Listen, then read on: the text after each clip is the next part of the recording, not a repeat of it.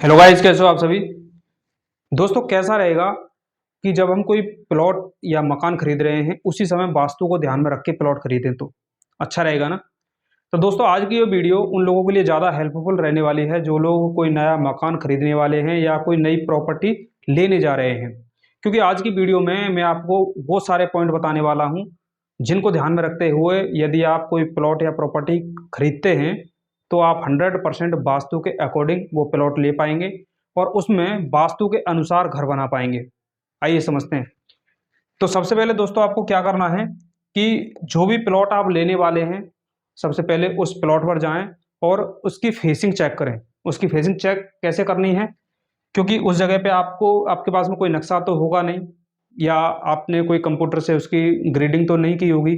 तो लेकिन टेंटेटिव हम कैसे चेक कर सकते हैं कि ये प्लॉट हमारे लिए अच्छा होगा कि नहीं होगा। तो सबसे पहले आपको क्या करना है, उस प्लॉट पे जाना है और उस प्लॉट के बीचों बीच खड़े होकर के जिस साइड में इसकी फेसिंग है उस साइड में आपको देखनी है कि कौन सी दिशा आ रही है।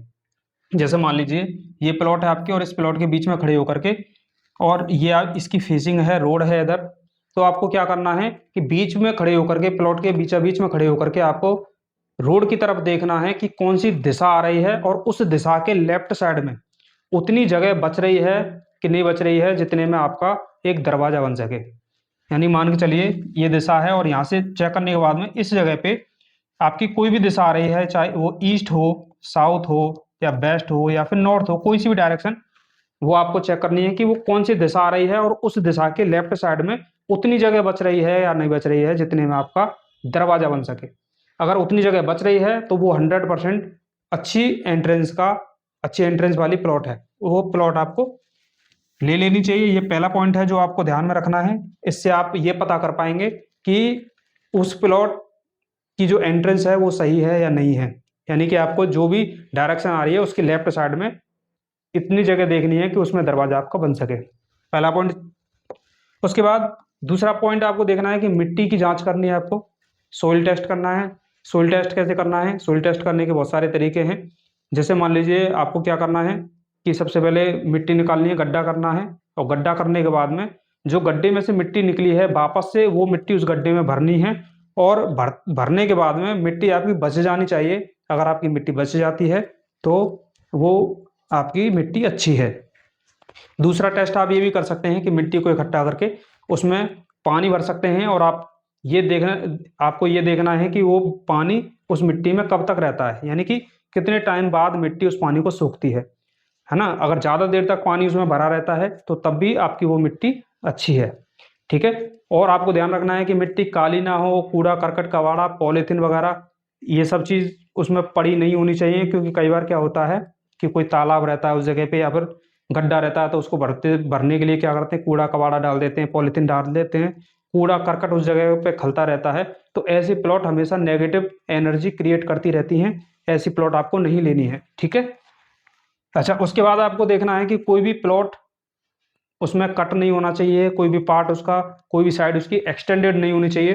जैसे मान लीजिए ये प्लॉट है ना, ये प्लॉट है और ये इस प्लॉट में ये वाला पोर्शन ये इसका एक्सटेंडेड पोर्शन है ये, इसलिए ऐसी प्लॉट आपको नहीं लेनी है।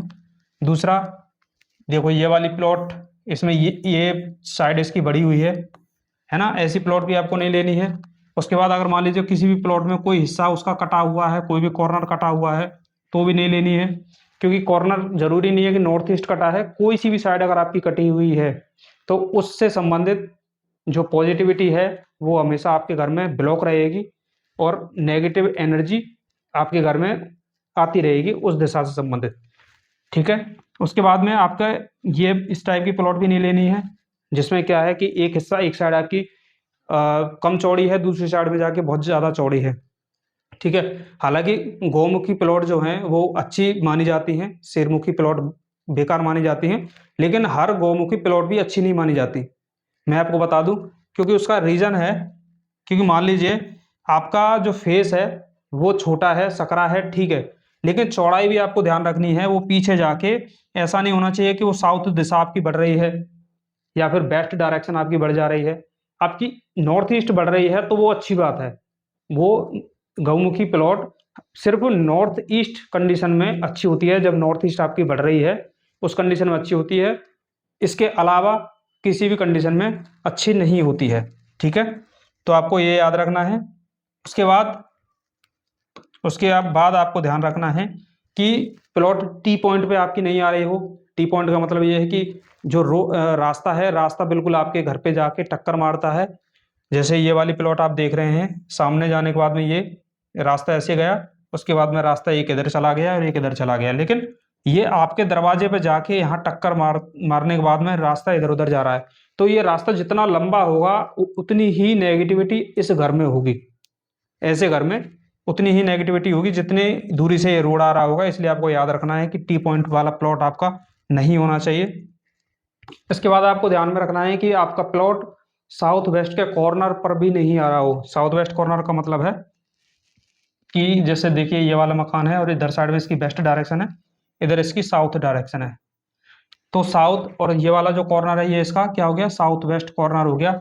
तो ऐसे प्लॉट भी आपको नहीं लेने किसी भी कंडीशन में, क्योंकि जो लोग ऐसे प्लॉट में रहते हैं, ठीक है, ऐसे प्लॉट में जाने के बाद ही वो इतने कंगाल हो जाते हैं, है ना, खाता एनपी हो जाता है और कंडीशन उनकी बद से बदतर हो जाती है। ठीक, और ये मकान लेने के बाद में इससे निकलना भी बहुत मुश्किल होता है। ये बिकता भी नहीं है, अगर आप बेचना चाहेंगे लेकिन बिकेगा भी नहीं।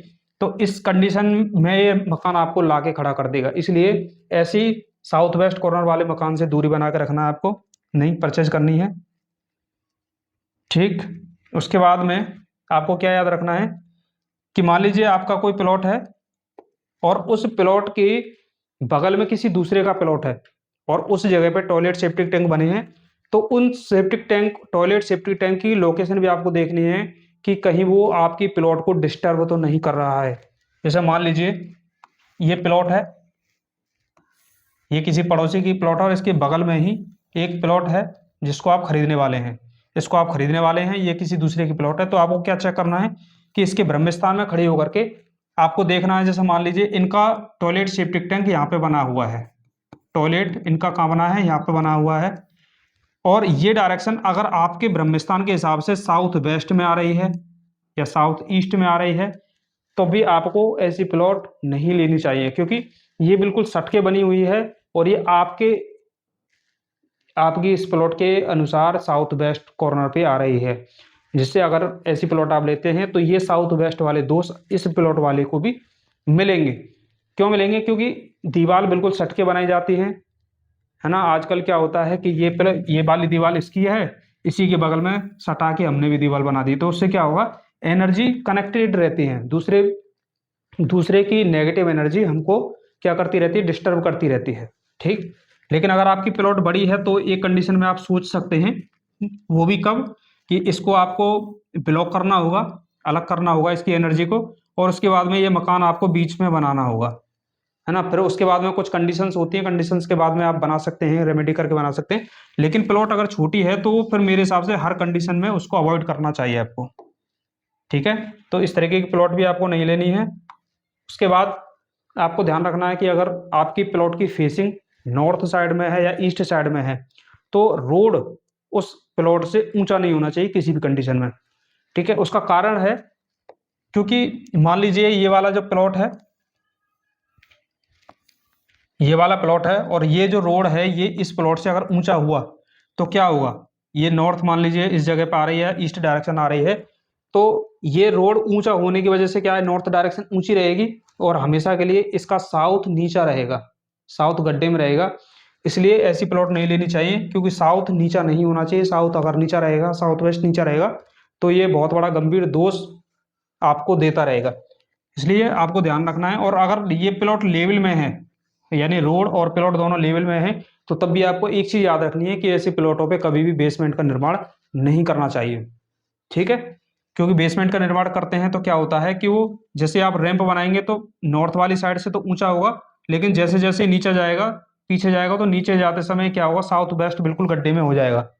इसलिए बेसमेंट भी नहीं बनाना है इस जगह पे। उसके बाद आपको क्या याद रखना है कि इस तरीके का जंजाल आपके घर के दरवाजे पर नहीं हो, क्योंकि ऐसा जंजाल अगर आपके दरवाजे पे हुआ तो क्या होगा, हर समय चिड़चिड़ापन, गुस्सा, झगड़े, इस तरीके की नेगेटिविटी आपके घर में हमेशा बनी रहेगी। इसलिए ये जंजाल नहीं होना चाहिए। उसके बाद आपको ध्यान रखना है कि जहाँ जो प्लॉट आप ले रहे हैं उसकी बिल्कुल बगल में किसी शराब की दुकान तो नहीं है, शमशान घाट तो नहीं है, ठीक है, या फिर अस्पताल तो नहीं है। ये सारी चीज़ें बिल्कुल बराबर में, बिल्कुल अगल बगल में नहीं होनी चाहिए, क्योंकि ये नेगेटिव चीज़ें होती हैं और हमेशा नेगेटिव इम्पैक्ट डालती रहती हैं। तो दोस्तों ये जो पॉइंट मैंने बताए हैं, अगर आप इन पॉइंटों को ध्यान में रखते हुए कोई भी प्लॉट परचेज करते हैं, कोई भी नया मकान परचेज करते हैं, तो 100% आप सही परचेज कर पाएंगे। और ये चीज़ें चेक करने के लिए भले ही मुझे बताने में यहाँ 10 मिनट लग गए हों, लेकिन इनको आप 2 मिनट 5 मिनट के अंदर ही चेक कर पाएंगे। क्योंकि मैंने क्या क्या चीज़ें बताई, सबसे पहले जाके आपको फेसिंग चेक करनी है, और फेसिंग में आपको ये देखना है कि जिस भी साइड में आपके फेस है उस प्लॉट का, उस साइड में कौन सी दिशा आ रही है, और उस दिशा की बगल में लेफ्ट साइड में कितनी जगह बच रही है। अगर वो जगह उतनी बच रही है जितने में आपका दरवाजा बन सके, तो 100% वो फेसिंग आपकी अच्छी है। दूसरा, सोइल टेस्ट करना है आपको, तो सोइल टेस्ट आराम से वहीं पे कर सकते हैं, थोड़ा सा पानी डाल के, और देख सकते हैं, ठीक है। उसके बाद में आपको देखना है कि वो टी पॉइंट पे तो नहीं आ रही प्लॉट, साउथ वेस्ट कॉर्नर पे तो नहीं आ रही है वो प्लॉट, ठीक है। उसके बाद में ये सारी चीज़ें उसकी प्लॉट की अगल बगल में नहीं होनी चाहिए, ठीक है।